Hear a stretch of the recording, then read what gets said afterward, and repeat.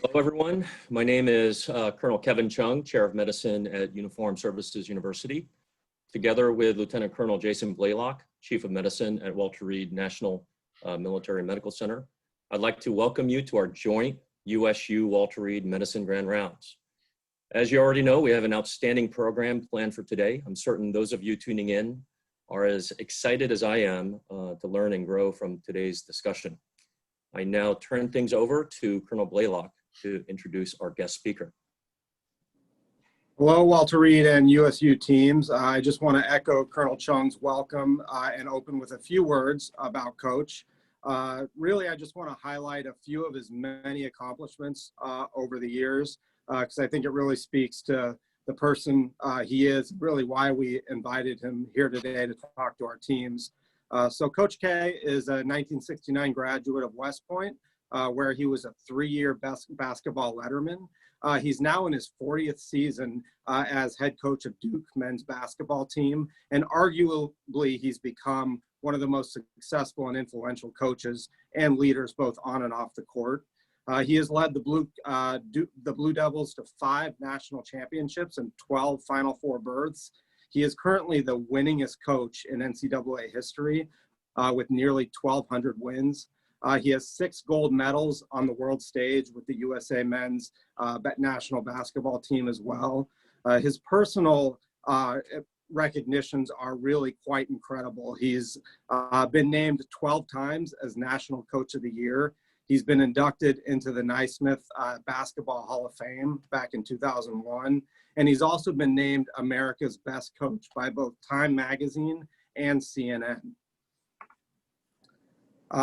As if this really isn't enough, I think what also really speaks to Coach K's abilities are that he's really led a life that's focused on public service, particularly to the underserved, both on the local and national level. He currently serves as chair of the board of directors for the Emily Krzyzewski Center, which was named in honor of his mother, and is an organization that supports and mentors economically disadvantaged students to really reach their highest potential. He also plays incredibly vital roles on several different boards, to include Duke Children's Hospital, the Jimmy V Foundation for Cancer Research, and then also the National Association of Basketball Coaches and the CEO Roundtable on Cancer. But I think really one of his greatest testaments and really one of the things that we really admire him for in his success as a leader is the accomplishments of those around him. So I already mentioned the successes of his basketball teams that he's led, but in addition, on an individual level with his players, he's mentored 9 National Players of the Year. He's mentored 25 NBA lottery picks, which is the most in NBA draft history. He's also mentored 64 overall NBA draft picks. 41 of them were first-round picks. And then he's also had several of his players, over 30 actually, who have been All-American selectees, and multiple of them who've received all ACC academic selections. So really building well-rounded individuals in our national community. Also, over 25 of his players have gone on to either serve as coaches or worked in frontline offices across collegiate or professional basketball organizations. So if all of this wasn't enough, I think Coach has also done an outstanding job of sharing his knowledge of leadership and team building on really a global stage by publishing on these topics. And I know many of us in the audience today have read several of his books that have been really well received, including myself, who's read Leading with the Heart, which was actually a phenomenal read if you get a chance to read it. So, Coach, we want to welcome you today, and I hope that wasn't too long-winded of an introduction, but I think it really merits really talking about you before we have this great discussion with our internal medicine resident team today. With that, I'll hand it over to you first, Coach, for a few words, and then we'll invite our internal medicine resident team to start asking some questions here. Well, Jason, it was kind of long, so, but I have a long name. And I think overall what it shows is that obviously I've loved what I do. and just like you all love what you do. And in loving what you do, you usually work with other people who love what they do. And one of the things I learned at West Point was failure was never a destination. And if you're, it's part of the success strategy. You have to do that. But as you get off the ground after you get knocked on your butt, don't get up alone. Try to form teams. So when you mentioned all those guys who were national players here, you win a lot more games if you have talent. And then if you have talent that works together as one, then you got a chance to do special things. Obviously, all of you in the audience are committed people. You have unbelievable attitudes. You're doing what you love to do, and God bless you for doing it. For your service to our country. I know when I was a cadet, I took an oath of a lifetime of service to our country, whether it be in the military or civilian world. And I think that's the common bond that all of our graduates from the academies really take. And it's a bond that you all take. And so whether or not you're going to continue on in the military or not, the lessons you learn by being in the situations that you're in right now will serve well, and as you go into the future, whether it be in the military or not. But also, you'll be, I think, pleasantly surprised when you do go into the future if those lessons are not necessarily all the lessons other people have learned. And so whether you are sharing best practices now, do it, and understand that as you move forward, to continue to share best practices. I've been very lucky to coach great talent and great young men. I also coached the U.S. team for 11 years. And what I found is by meshing together and you learn from one another. LeBron James became better by playing with Kobe Bryant, not just playing with him, but watching how he worked, how he prepared. And Anthony Davis, who's now on the Lakers with him, when we won in London, was a young kid. And now it was LeBron teaching Anthony Davis, how to prepare. And so, and then if you have people around you, you're the older person or more experienced than the younger, learn from one another, and especially in this time. For me, with this last 6 months or so have been an incredible time for adaptable and agile leadership. And the fact, if you ever hear people say, well, we always did it this way. Well, it's not always right now. And so a key thing, and especially if you're one of the older leaders, is listen more. Listen more. That's what I've tried to do, is listen more, because I don't have my fingers. I don't have a feel for things as much as I used to. Not because I'm an old guy. When I'm around people, I usually get a good feel, but I'm not around people, and so I need more input. And if you come up with an idea that seems great for your unit on Wednesday, and by Friday something new happens that brings up a new idea, it doesn't mean you made a mistake. And it doesn't mean you shouldn't continue to have ideas. The agility right now, listening, creativity, and unity are all incredibly important aspects to this. I wanted to get ahead of this before we do the moderated questions, because look, I'm following Anthony Fauci. Are you kidding me? That's like me going into a movie set, and I'll use Brad Pitt because he does a good impersonation of Dr. Fauci. Okay, who are you going to pick? Coach K or Brad? I think we'll go with Brad. And so I hope our time together will be informative for all of us. But I'm very excited. I hope you can tell, and very honored. God bless you for your commitment. God bless you for what you're doing. Great. Thanks so much, Coach, for those opening words. And I can almost guarantee that you could throw a basketball farther than Dr. Fauci can throw a baseball, though. So I think we're off to a good start here. You know what, though? He wasn't able to explain that. There was a guy on first base, and that was his pickoff play. And he just didn't have a good lay of the land. I'm going to stick up for him because I kind of like him and respect him a whole lot. Oh, we all do as well, Coach. So I think it's an important point that you actually said about making sure that you're learning from others around you. And I couldn't echo that more. I mean, one of my mentors always told me, if you always find yourself to be the smartest person in a room, you're probably not in the right room, or you're just a narcissist. So, I mean, I totally can echo your sentiments about that. So I'd like to hand it over to Colonel Hartzell and his internal medicine residency team right now. They have some questions that they just want to ask you. And so Colonel Hartzell, over to you. Thanks, Dr. Blaylock. So Coach, it's great to be with you. I'm actually here with 3 of my residents who have some questions for you. And I'm going to introduce them ahead of time, and then they're going to kind of rotate in and out so we can maintain some social distancing.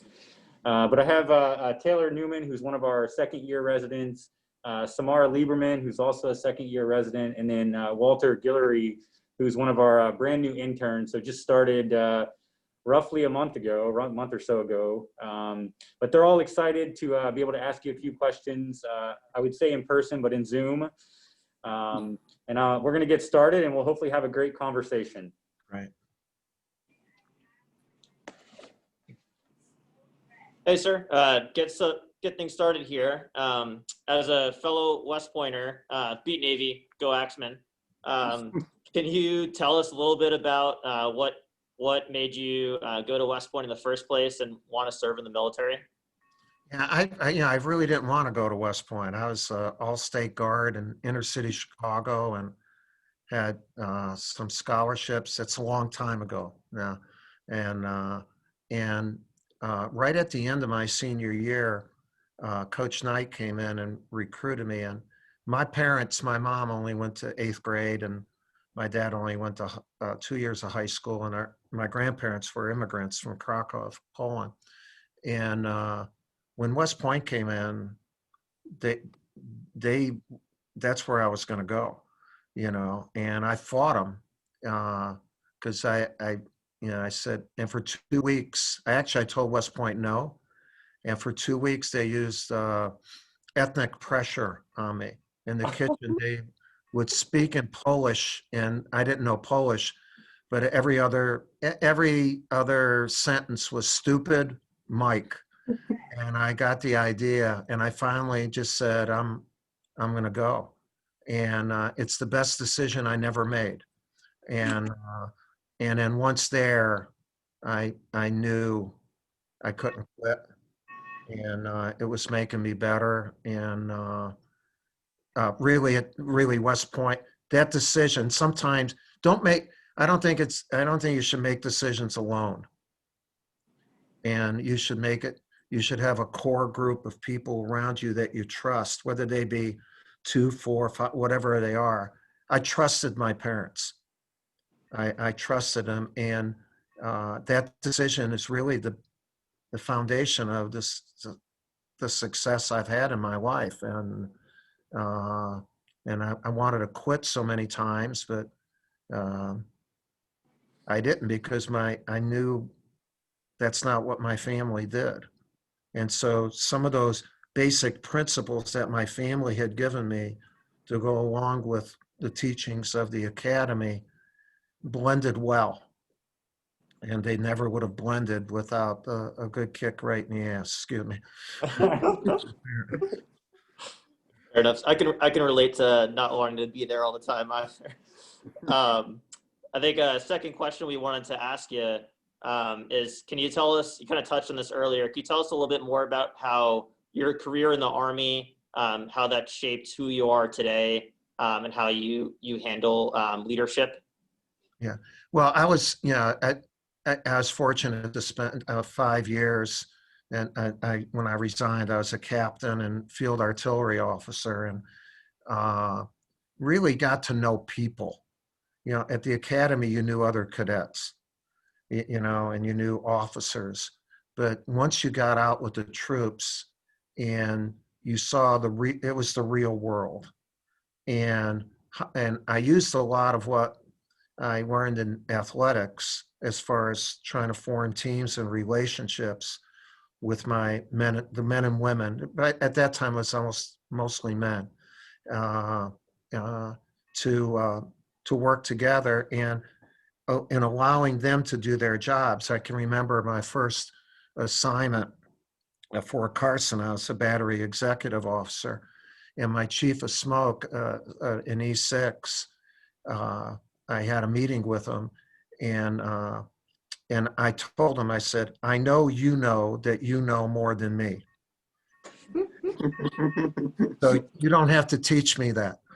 Yeah, and so don't let me make mistakes, and I want you to follow your instincts, and I can follow you, but make it look a little bit more like I'm doing my job too. Right? And I tried to establish those kind of relationships with the non-commissioned officers. Were so very, very important, and they were the pros. You know what I mean? And then to establish a different relationship with the regular enlisted or volunteer guys. And I just learned a lot about people and handling situations. And again, with the total, like, we are going to be successful.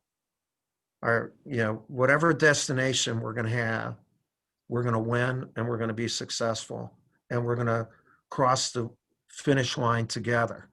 And I've used that my entire life. In fact, I'm trying to use it right now in how we're trying to navigate the college basketball season, to where we are unified and we do it together, and listening to the ideas of everyone right now and being creative. Thank you, sir. Last question that I'm going to ask you. So this is probably a good example during a time like this, but during this time and other times when you've had to deal with crises in the past, whether it's professional or personal, can you kind of walk us through some of the first steps you take and how you think about that crisis when you're approaching one? Yeah, I'll talk mostly about crises with a team, and when you get, I think a crisis presents opportunities.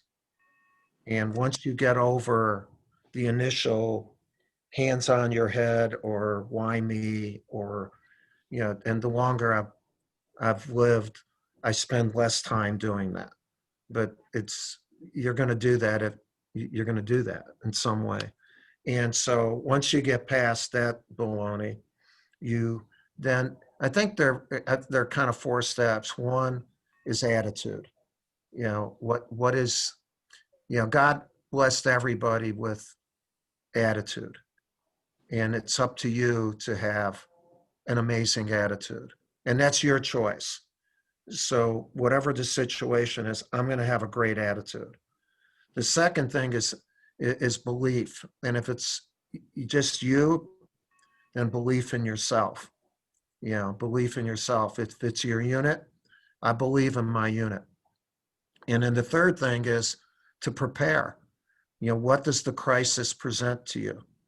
What level of preparation do you need that you've done before, or that is new, in preparation? And then the final thing is execution. And then that's where the crisis turns out to be an opportunity, because you execute to win. But attitude, belief, preparation, and execution is kind of the formula I use. It helps me get on the journey to success, and a lot of times make the best out of that situation. Makes sense, sir. I'm gonna turn it over to my fellow resident, Samara here. So while we're switching out residents, Coach, I'm just curious on what are some of the strategies you use? Because you mentioned about attitude. So I'm just curious, as we think about attitude, how do you, because you've had lots of teams, how do you help ensure people have that positive attitude? I mean, obviously there's a lot of uncertainty and challenge with the current situations, and I'm sure with your teams, but how do you help them foster that right attitude? Yeah, well, you build a culture, first of all, where it's not just you, it's everybody who's, if the leader is only in charge of attitude, you're in trouble. We built a great culture. Actually, we built an unbelievable culture with U.S. basketball, and the military was a key part of that. But, I think a leader needs to make reads. I watch people all the time, and I listen to them. I try to get one-on-ones where it's not a meeting in my office. I try to use humor or goof around a little bit. It diffuses sometimes situations, but I'm in constant state of reading. Not book, and again, I'm not opposed to reading books. I'm not a great book reader, but people I'm reading all the time. And that's where the Zoom stuff is really, I'm like hitting my head against the wall a little bit because I don't see it in person. And so sometimes the attitude can be changed before the attitude is embedded. It's in the process of being made, and then you never have that. But then, you can't have a losing attitude or a negative attitude.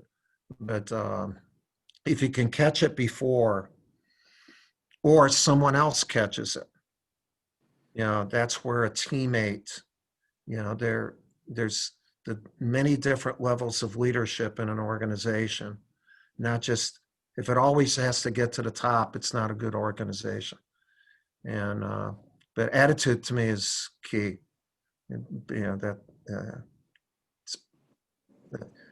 It's how you win.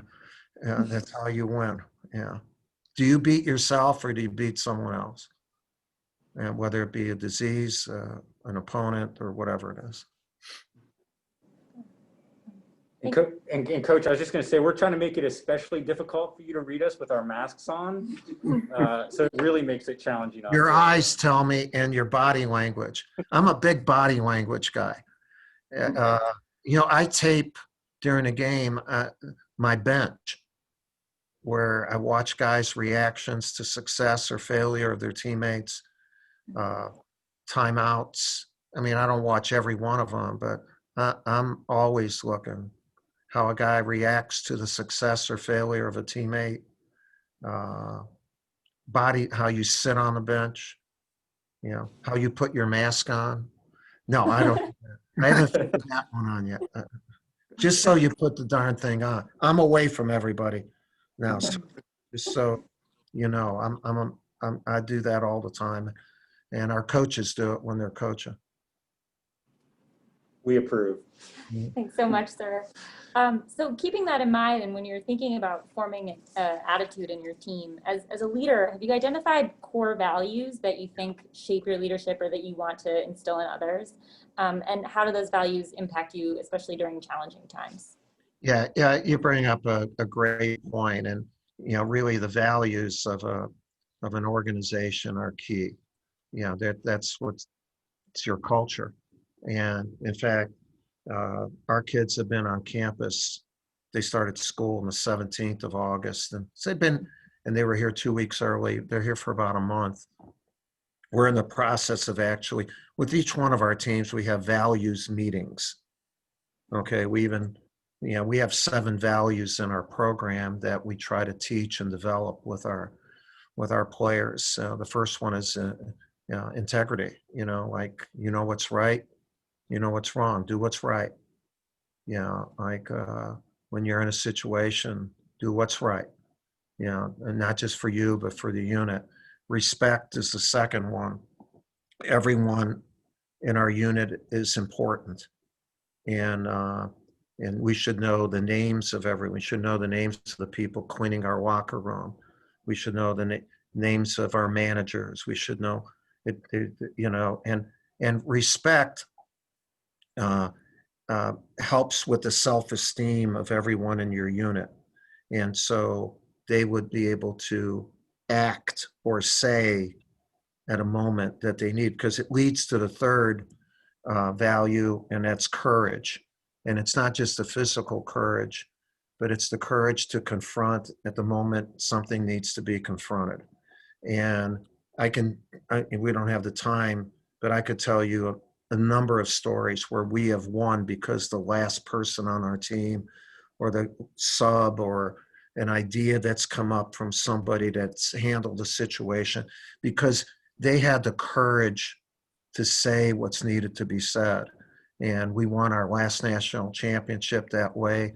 And when I told my wife, I said, boy, we won because Grace and Alan yelled and got us going and whatever. And she said, you didn't win because of that. And so she was trying to ruin my day, And I said, okay, what was most important? And she says, the most important thing was that all of you listened. And she was right, as she usually is. And so that's where that respect and courage, then, selfless service, which you all are accustomed to. There's a book called Cowboy Ethics. We're in it. It's a beautiful book. And one of the things, selfless service is you ride for the brand. You can just see us all on horses now, riding for the brand. The next one is duty. What's your job? Do your job. Come and do your job every day. You're supposed to do your job. You do your job. And then trust. At West Point, we had an honor code. You don't lie, cheat, or steal.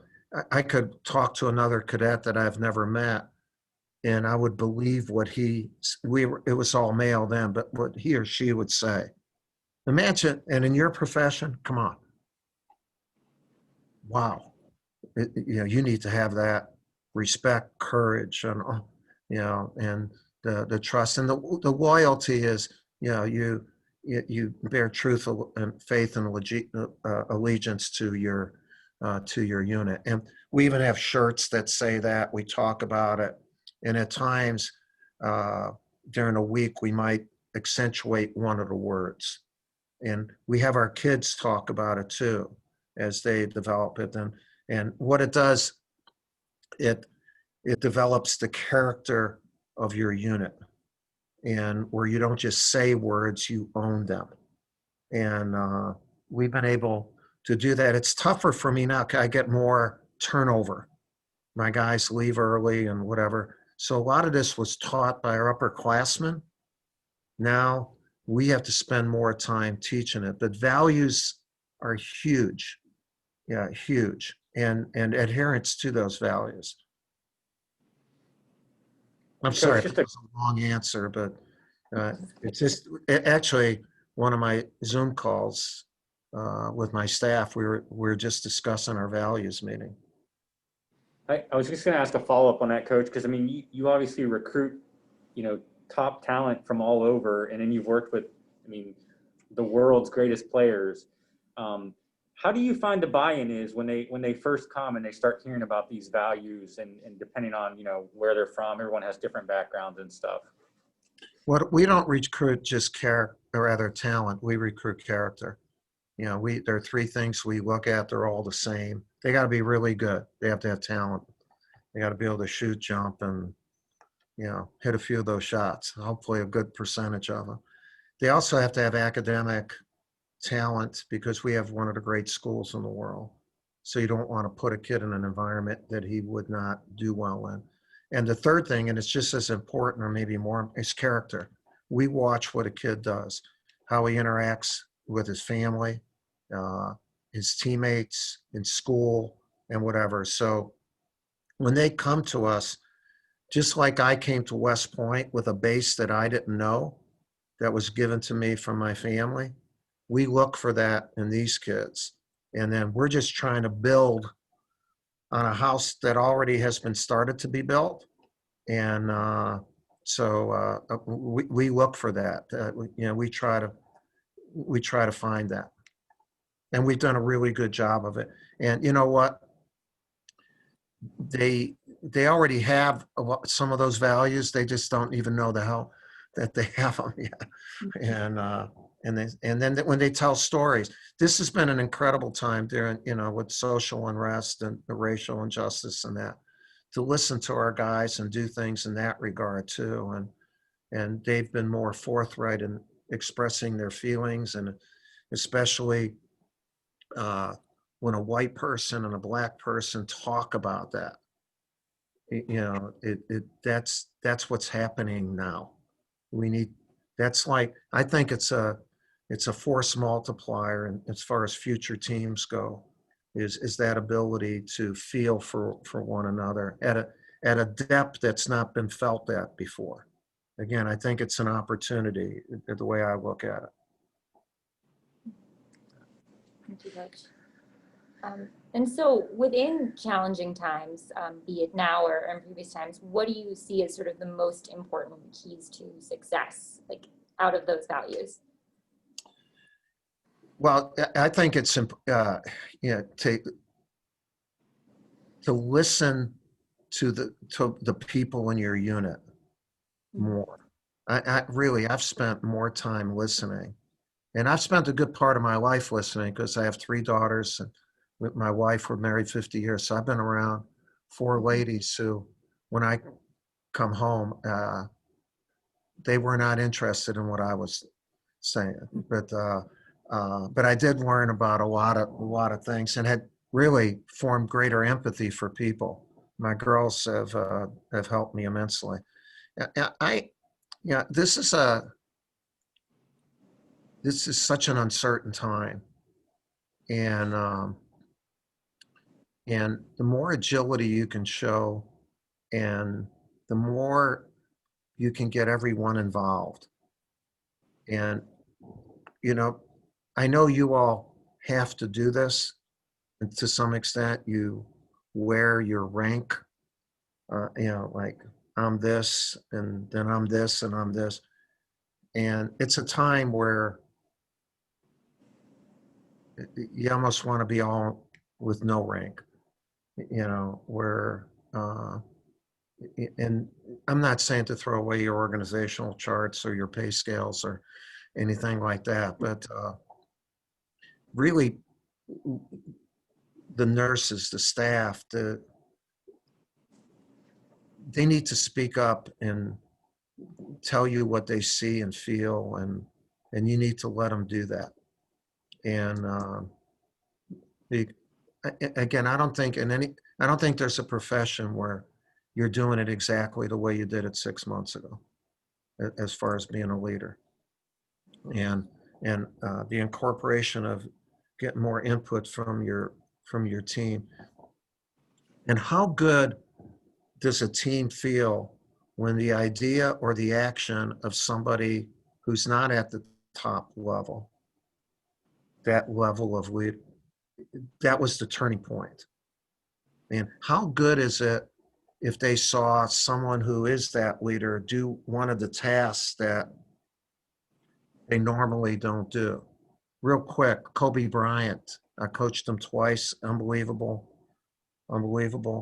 He's the player of the NBA when we won in Beijing in 2008.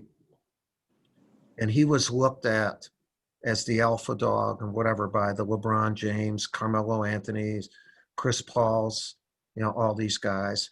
And he knew it. And he wanted to be the defensive player. He did things that he would normally not do with the Lakers. Okay. But with that unit, he did it. And as a result, the bond that developed between he and LeBron was the foundation of our culture. So tasks that everyone used to do sometimes can be more multitask, I guess is what I'm saying, including the leader. And it'll go a long way, I think. And I think it goes a long way. It also sounds like, I've heard a couple times you kind of talked about your humble beginnings. I mean, where you came from and what your parents did, and you talked about getting rid of rank and Kobe sort of assuming a role that was for the betterment of the team. Can you just talk a little bit about humility and how that's impacted you as a leader and a coach? Yeah, and I'll tell you, the military has a lot to do with it. When I was in the military, there was not humble leadership. It was arrogant and not real smart, and definitely not humble. You know, and you know, one of my best friends is Marty Dempsey, the former chair of the Joint Chiefs, and one of my former players just retired as a 4-star general, Bob Brown. And when Marty graduated a few years after me from West Point, and they realized as a result of Vietnam and the arrogance and all that, that something had to change. And now, I mean, I find in the military, the leadership is they teach humble leadership. They teach humility. It's so powerful. I'm not sure they teach it in a lot of places. The military right now is the top brand in the world. And you all and what you're doing, you're the top brand. You are the best. You are, and you're the envy. You're the envy of people. I know that at times when you're not getting all the stuff you need and all that, you say, hey, you know, how about getting our supplies here and whatever, but you're doing that.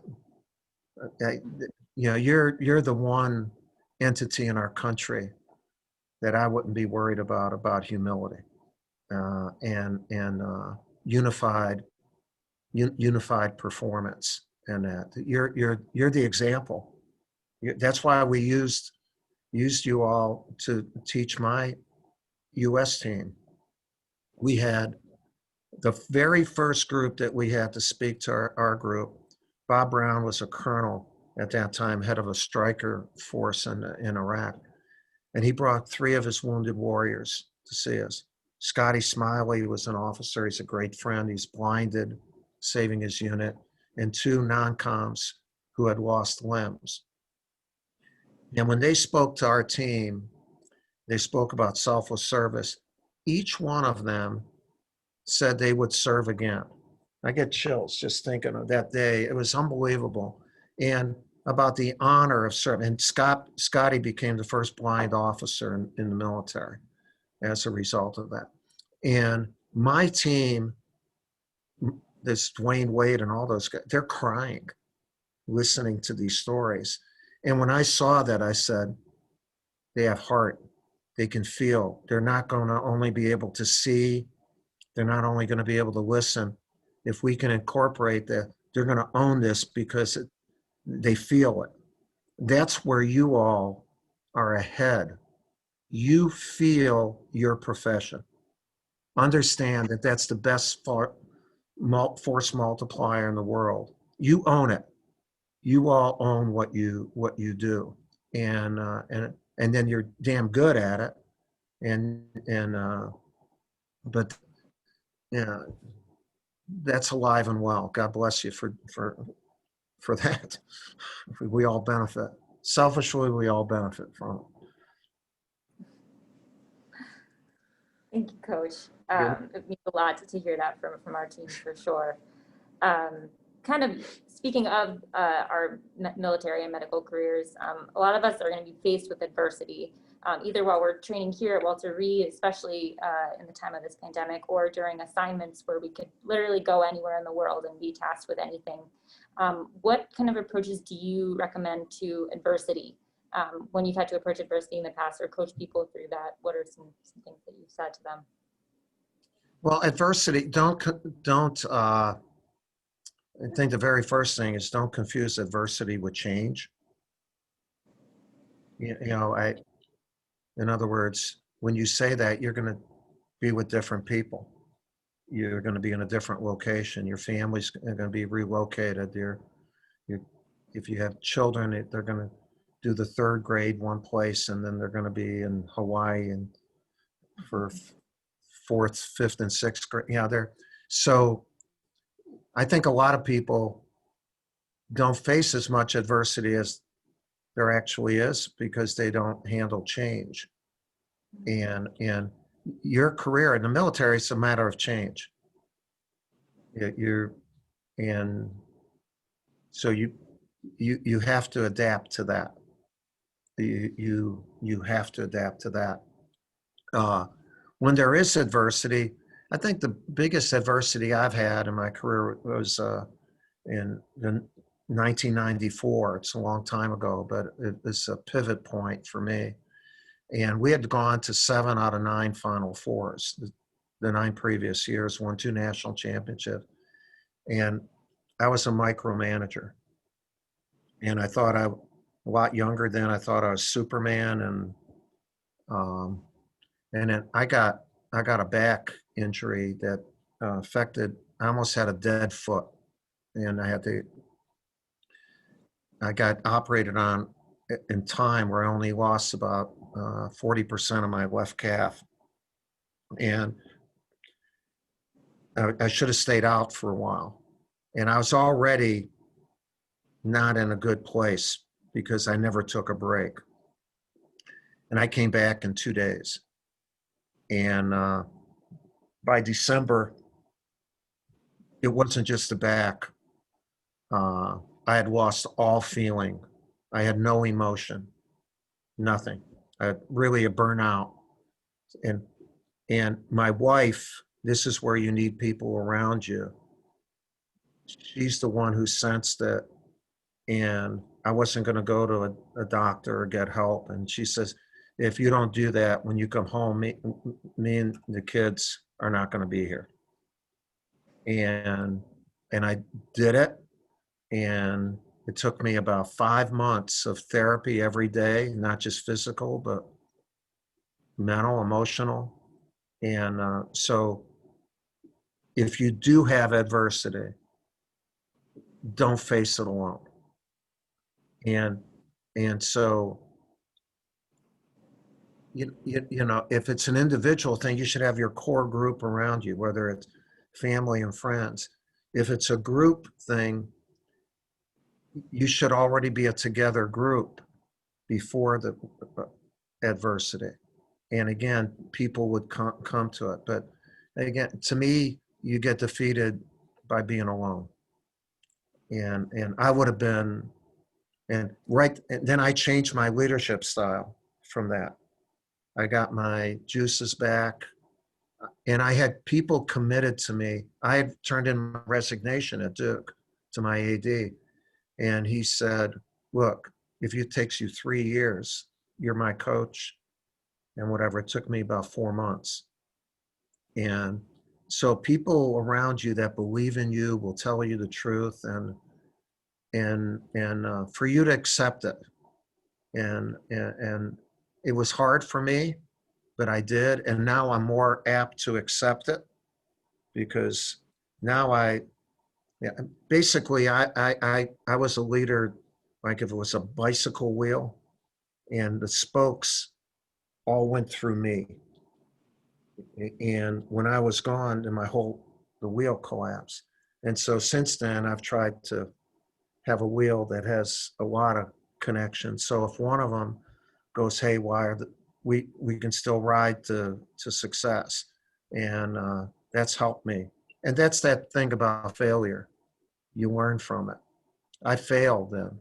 I failed my group, my program, and whatever. And I was given a chance to do it again.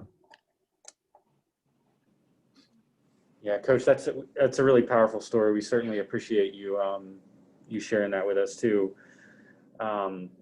I think we're going to switch out questioners, but while we do, I'm going to because you've mentioned a couple times culture, Yeah. And I'm just curious if you can give us maybe a little bit of insight as to how you build this effective culture that you keep talking about, so that you're able to handle these challenging times, and so that when challenging times don't occur, you're trying to start from the beginning. Well, I think it starts from bringing a collection of good people together because they bring their qualities, their values, the way they do things. not put them in just my way of doing things. And then, I think culture occurs by allowing people to own what they do with you. I don't want a player to think they're playing for me. I don't want one of my assistants to think he's working for me. My assistant and admin wise, it's got to be hers too. Interesting story in building the culture for US. Our first meeting, we had like a standards meeting of how we were going to live together. And that was really important because they all came up with ideas, and we had no rules, we had standards, and we came up with 15 of them, but they were theirs. So instead of saying never be late, Jason Kidd said, Coach, we shouldn't be late. Instead of saying we should practice well all the time, one of the guys said that. So in my 11 years, we never had a guy late or never had a bad practice because they owned it. And a key thing, we always put a picture of the gold medal up on a projector on a big screen. And I said, I want you guys, in our first meeting, I said, I want you guys to know you are not playing for the United States. And so I know a few of them probably thought we should have a pro coach here, not this college coach. And I paused and I said, we will not win that gold medal unless you are USA basketball. You don't play for. And we actually had their uniforms set up in their rooms on their beds. And I said, after the meeting, I said, I want you to do one thing before you go out. And we had our camp in Las Vegas, so they were going to go out. And I said, before you go out, go upstairs, look on your bed, and be 16. Be 16 years old, not the studs you are. And I'm going to ask you what you think. And I saw Kobe later that night, and Kobe said, Coach, I did that, and I started crying. And so how do you create ownership? Ownership equals culture. You have to have ownership, or you won't have a good culture. I don't think. And whenever I've had the opportunity to talk to the military, especially before they're going to Afghanistan or Iraq or all the places that they protect our freedoms, they have to. The unit has to understand the key to our military is never playing home games. You don't play a home game, all right? And so when you're doing it somewhere else, you're in someone else's home. They own it. They will do things that are extraordinary to protect their home, that are unconventional or whatever. And if you don't go over there as a unit that owns who you are, you're going to have problems. Because no matter what force you have, you will never be able to beat them in ownership. And that's a key factor in this. So again, not that I sound like I'm trying to go for my first star here. Okay. Yeah. Thanks for joining us. We really appreciate it. If it's okay with you, we wanted to shift gears a little bit and talk about some of the recent events that are occurring in America. How have you helped your team to respond to the recent race-related events that we're going through right now? Yeah, it's been an incredibly good time in that regard. It started obviously in March, where the virus gave us an opportunity to pause and listen more. And so when all the racial unrest occurred, I have my 4 assistants, 3 of them are Black. And really every day we talked about this. And I got a feel, I thought I knew from coaching, for Christ's sake, for coach, I should know. And then with President Obama being for 2 terms, I was hoodwinked. I thought we were in a better place.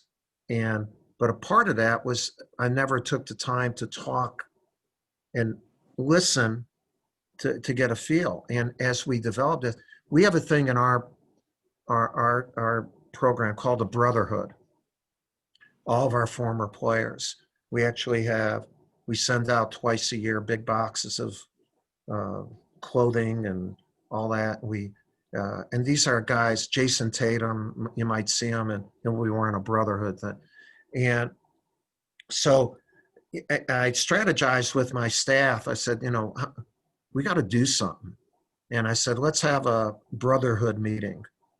So we had 2 Zoom calls, one week and then a couple weeks later, where really over 100 of our former players were on, including our current team. And I listened to what they had to say. And as a result of listening, we developed task forces. 2 of them one is in regards to voting and nationally and locally. And another one is being Black in Durham, and that's where our city is, and at Duke. And then we had another meeting, a Zoom with our team and a few guys on the Brotherhood, and with the head of our African American Studies program, Mark Anthony Neal, and one of his professors.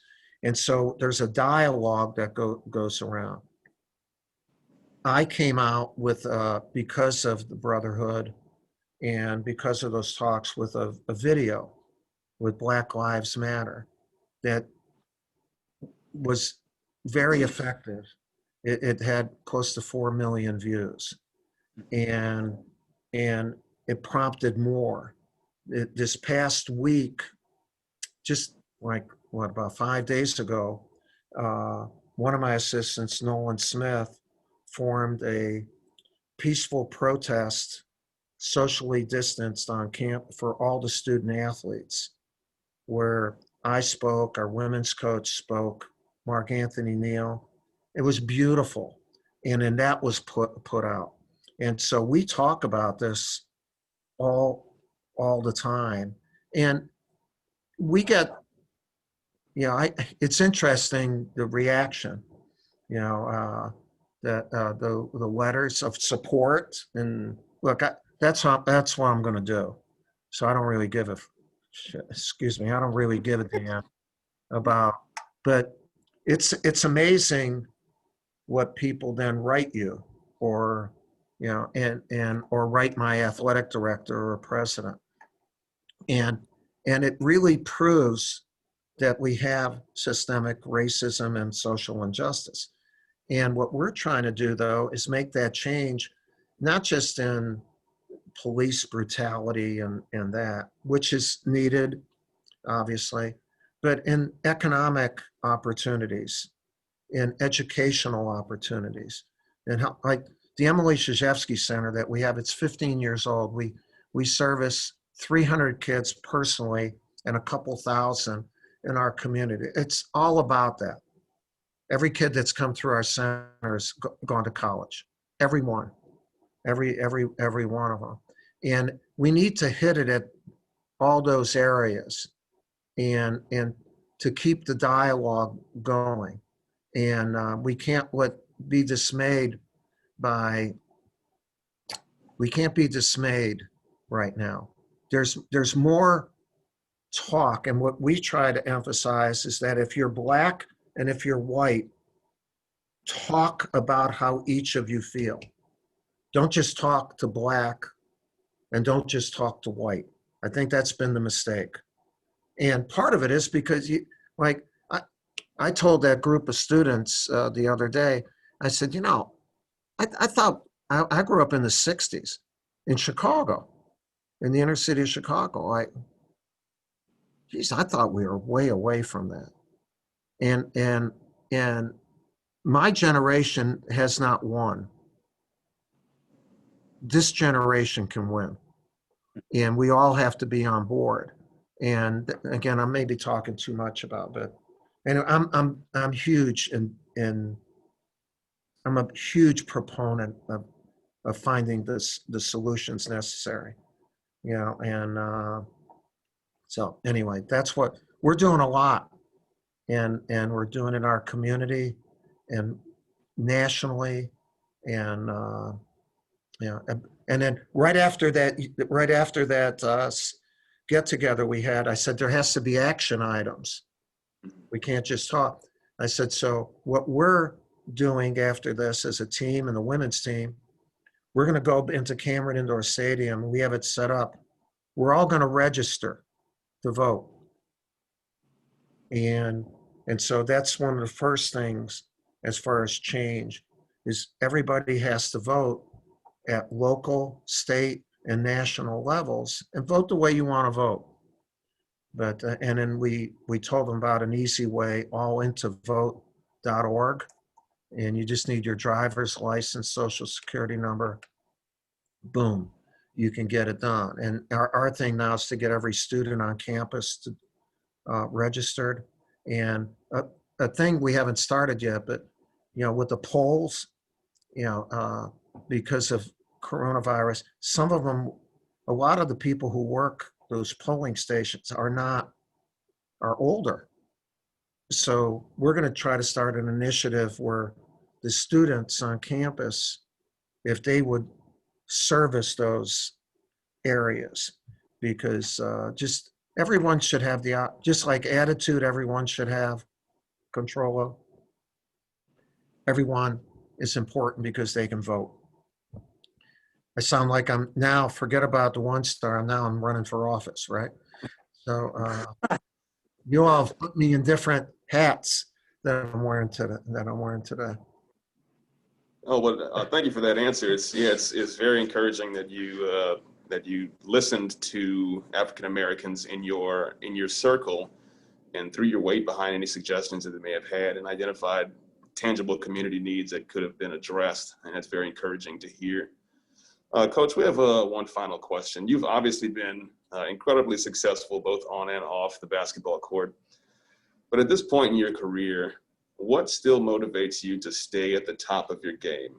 And is that any different from earlier in your career? I don't think it's different. I just think I know it better, why I'm doing something. And when I can't do it, then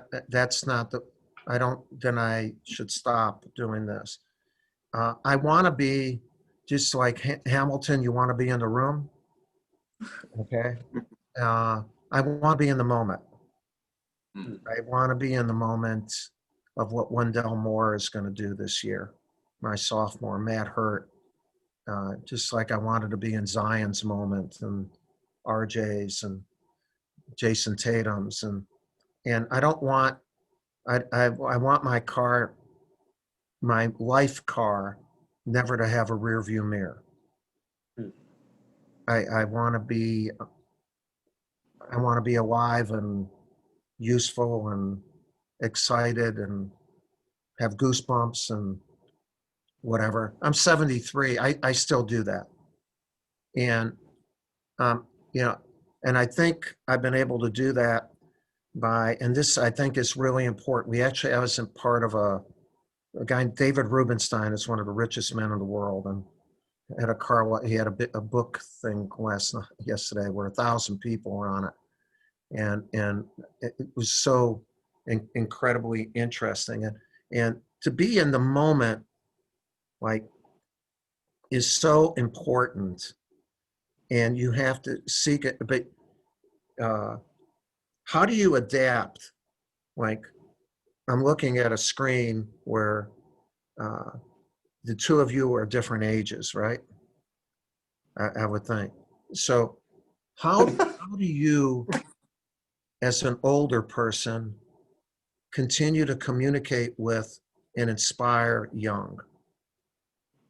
You know, that's been a key element for me. I am coaching kids that I am over 50 years older than. So, and this is a big thing, is how you go through, because you want, especially now, you want the young, but also they keep you alive. They keep you current. And I try to adapt how I communicate with them, but I don't adapt what I communicate with. In other words, the values remain the same. The pitch or the language has to continue to change so that they catch the pitch. And so I want to be in the room. I want to be in the moment. And if that, I'm not in, obviously I'd want to win a national championship, but it'd be so stupid to think like you're on this earth to win your 6th national championship, you know, and you won't do it if that's your goal. You know, you'll do it if you're in the moment, and then you may not do it, but man, that journey is going to be exciting, you know, and so that's how I try to be in it. And it's interesting, and like I'm in the process of talking to my how do they feel? What's their goal this year? What moment are they envisioning? And to do something like that. So that's what I'm trying to do. Well, Coach, I think for the on behalf of the residency program here, we're I mean really grateful. I think you inspired many of us, and I know personally, I think some of us had some goosebumps with some of your answers. So thank you for that, and thank you for taking the time to be with us. I'm going to turn it back over to Colonel Chung. All right. Thanks, you guys. Thank you. Thank you, Coach K, for that, those wonderful pearls. As a small token of our appreciation on behalf of Dr. Lou Pingaro, our interim dean, and Dr. Tom Thomas, our university president, I'd like to present you with this coin. This is our university, and as you know, the Uniformed Services University is the leadership academy for military medicine, and on the back is our motto, learning to care for those in harm's way. I'm sorry that we can't give this. We'll mail this to you, but Yeah, thank you very please. much for. You know, real quick, I have a complete setting of hundreds of coins that I've gotten, and it's my military wall. And with the U.S. team, after Beijing, we actually had our coins made, and in the back were all our armed services, USA basketball and that. So I understand the significance of it, and thank you. It's it'll be put right with all the others and be a reminder of a really neat time. And listen, thank you. I love doing this, and I love what you're doing, and respect the hell out of all of you. Godspeed in what you're doing. Hey, Coach, I'm going to add another coin to that wall for you. So on behalf of Colonel Barr, the director of Walter Reed, I'm also going to mail you this director's coin from Walter Reed National Military Medical Center. You can see the back of it here as well. But I really just want to echo what everybody said, Coach. Thank you so much for this opportunity. We truly appreciate all the leadership and the life lessons that you've really been telling us all about here. I mean, I've jotted down so many incredible pearls here that, you know, it really did give me goosebumps as well. So really appreciate your time today. Good luck with the basketball season this year as well. I know there's got to be numerous challenges ahead of you, but I know with you at the helm, your team is definitely going to be successful this year. So thank you again for your time. And for all of our Walter Reed and USU teams, thank you so much for joining us today. We hope to see you again at a future joint USU Walter Reed Grand Rounds. Thanks, everybody. Thank you, guys. Thanks, Coach.